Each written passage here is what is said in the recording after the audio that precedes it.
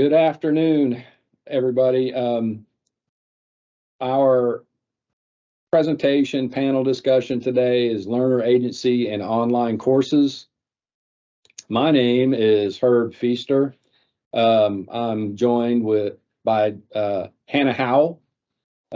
Natasha Lindsay is our associate here at University of North Alabama, but she couldn't be on our panel today. She's got an emergency and is away. But just a quick, I guess, overview about us. We're all part of the Masters of Science in Instructional Technology and Design program here at University of North Alabama. What we're going to do today is we've got at the top of this slide, it says panel. It's going to be a quasi panel, and I say that because we've got some slides that are going to guide our discussion today. So we're going to have some slides like a presentation, and then we'll have some commentary from both Hannah and myself to enrich the content on the slides as we work our way through this presentation. Again, Learner Agency in Online and Courses. So Hannah, if you want to move us through to the next slide. All right, so the first thing we need to do is define learner agency, and that really is the ability to manage one's own learning. And this is important because it can increase test scores.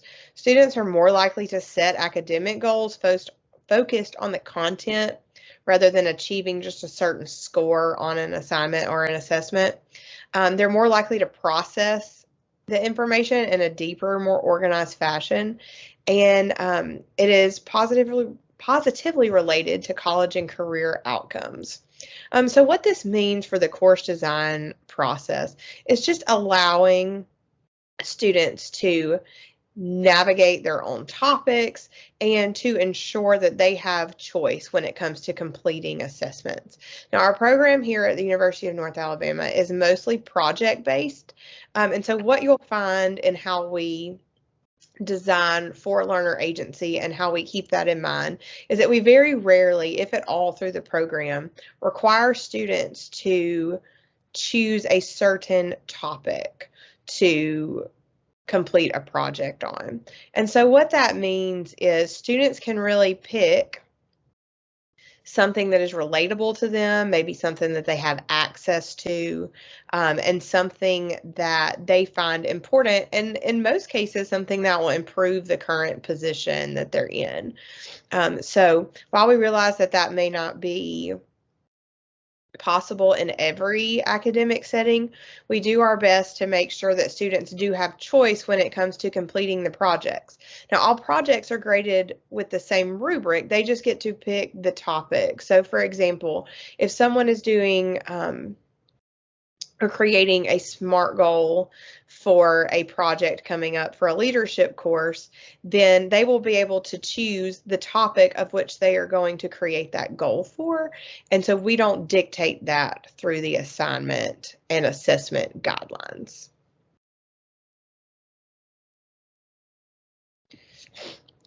So the next thing we need to talk about is just what are the ingredients of learner agency? And the first thing is the environment to act.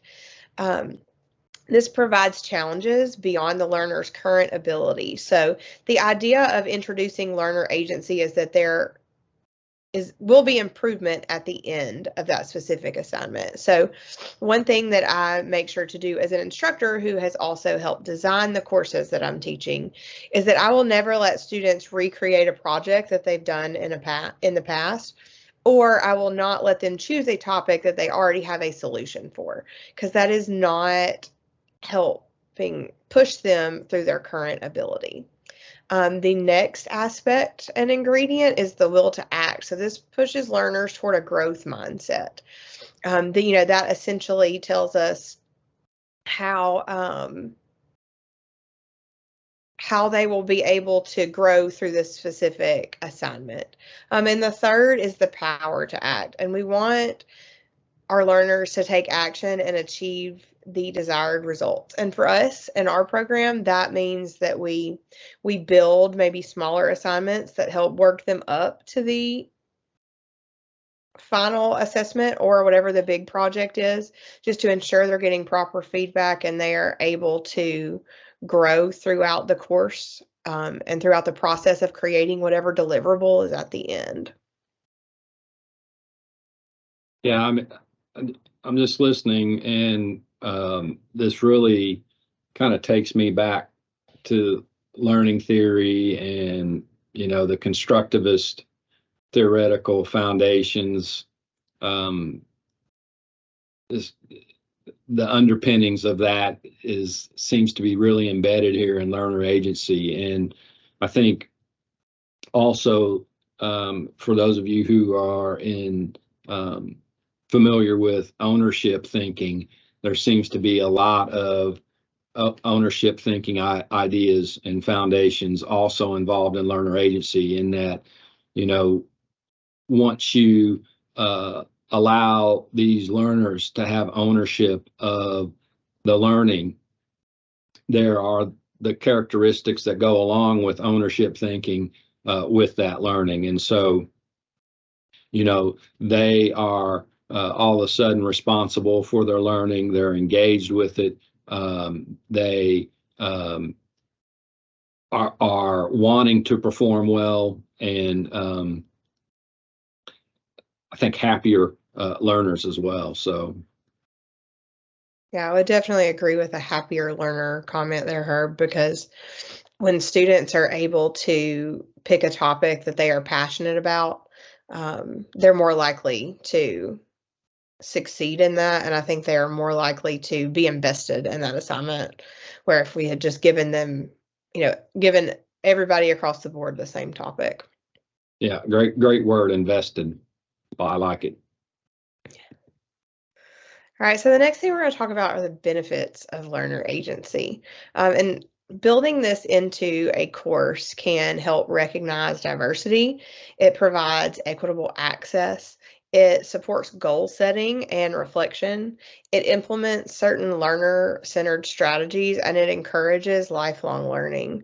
And I think Herb would agree that we see this throughout the course of our program, and just how students are able to take these certain projects and how it actually helps them get jobs in the instructional design field. So one thing that our students are required to do when they get to their capstone class, that's their final course in the program, they create a portfolio, and they're required to put up 5 to 6 different work samples that they specifically created throughout the course of the program. And when I was evaluating these different portfolios at the end, you could really see how the instruction was learner-centered, and you could see how they're going to take those different projects and help grow throughout their professional career in instructional technology and design.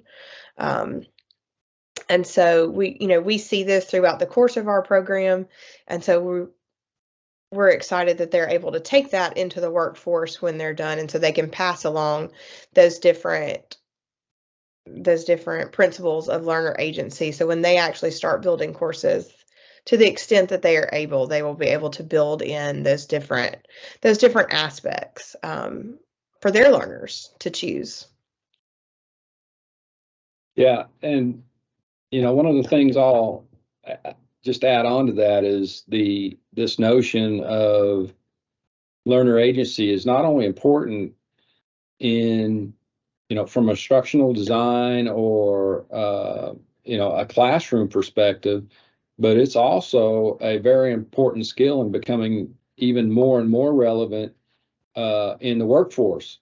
We're finding that the ability to learn as an employee and to learn new skills, to upskill, to have the ability to be reskilled, those particular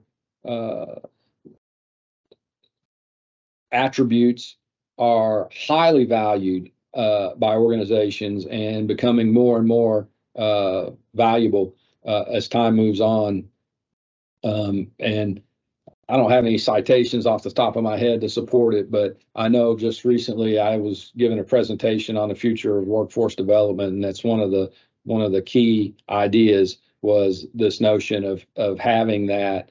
They didn't use the term learner agency, but having the ability to an interest in being able to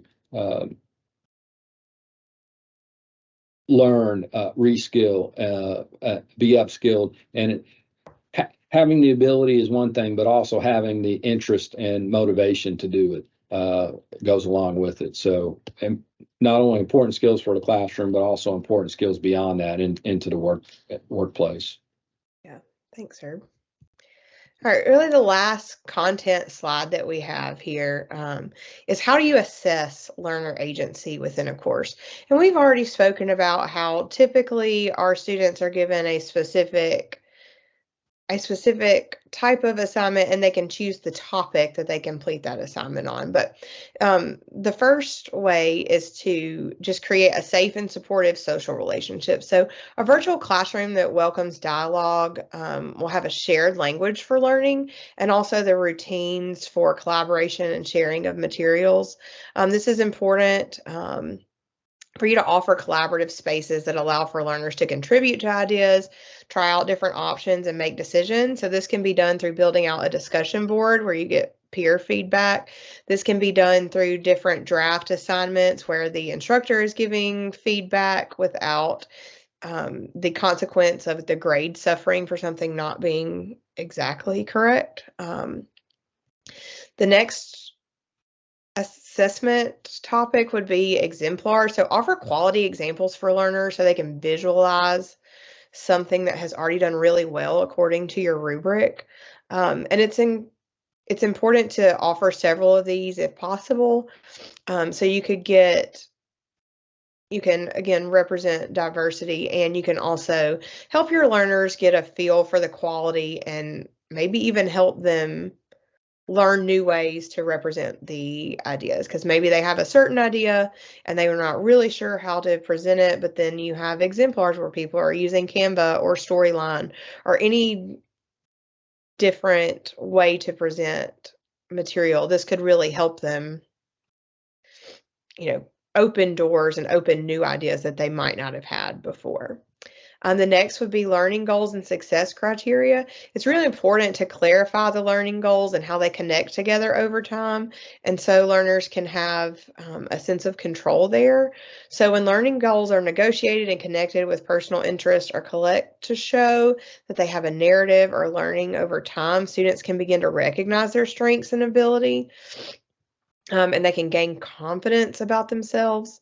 And this can help them create an identity. So we do this through connections, through our activities, and with all of our learning objectives, and how each one of the maybe small activities that we have, how they build to the final activity. Those can all be ways to help establish those criteria and help students represent what they're supposed to be learning and how they can, again, help better represent their understanding of the objectives that you're trying to get them to meet. The next part would be peer and then a self-assessment. So understanding quality of expectations when working with peers or giving peer feedback is a learned skill, but can also help establish a community within an online course. And it can also be effective when they have to self-evaluate their own work after evaluating their peers' work. So again, we're creating a community to kind of learn from each other, and how they use their rubric. Just make sure you're using the same rubric to grade the assignment and then use to evaluate on the peer and self level also. Questioning and feedback is an important way to assess learner agency. This can be through posting questions, recognizing and making choices. All of those things can help build a sense of confidence for your learners. And again, that's one of the That's one of the benefits of learner agency, is that we're helping them build confidence. And I think that's really important within the instructional design world, because we are trying to train instructional designers to go out into many different workforce situations. And so building a sense of confidence in them that they can be creative, but also help meet the objectives of whatever industry they end up in is really important. And designing for learner agency within a course can help inherently build that throughout the course of a course. And then the last one would be authentic assessment. These are real world assessment tasks and inquiries that are a tangible way for learners to develop their agency. They see themselves becoming the expert and belonging in the community of practice, and this allows them to develop an identity, helps fuel their imagination, and also provide momentum for learning. And it also leaves spaces for the students to be experts. And so you'll see this built into our courses when students actually have to pick a topic and then teach it to their peers. This can be done through a video. This could be done through moderating a discussion. Depending on the course, that kind of varies throughout our program. But I'm not going to say that this part of learner agency is built into every course that's in our MS-ITD program, but it is in several of them later on in the program, after we've given them the foundation of instructional design, and we give them a chance to kind of build that confidence. So that's really important, especially when you get into your higher level courses. Herb, did you have anything to add there? No, I think you did an excellent job of going through those points. The final point there, authentic assessment, I just think is really, really important. Even I was thinking as you were talking about the portfolio, and that is a form of authentic assessment. I think that when we go and many of the students take that particular assignment and use it to go out and get jobs. And so they have these various authentic assignments that are real world assignments that is used to help them get jobs whenever they leave the program. And so I don't know, that just popped into my head when I was thinking about authentic assessment and the portfolio component that we have built into the program. So, and I think one thing that I failed to mention when I was talking about that is that we don't dictate the work samples that go into that portfolio. So students are free to choose 5 to 6 that they feel the most proud of, and they feel really exhibit how they have grown as an instructional designer and what they are capable of doing. And I think that not only helps them, but it helps their future employers kind of understand where they come from as a learner and as a future instructional designer. And so that has really worked out well for our students. Yeah, and that in and of itself is learner agency. That building that choice in for them is another example of learner agency.